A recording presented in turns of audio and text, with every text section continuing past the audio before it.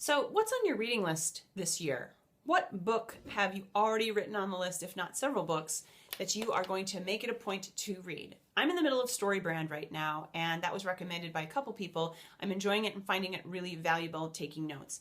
One book I would recommend for you, if you want to improve your human connection skills, strategy, tactics, knowing why you connect with people, why you disconnect with people, is the Canon, the Connectivity Canon. It's the book I wrote in 2018, and it's on why and how to connect on purpose with other people. Look, readers are leaders, and leaders are connectors. Connectors are the ones who are proactively making connections happen. And those people are also the people who read. My friend Erin told me about a list of 10 money books she read last year.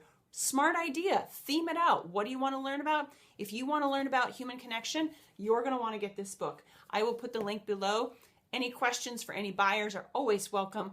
Let me know what questions you have about human connection. Get your book. Go into this new decade strong, because it's always a great day to connect.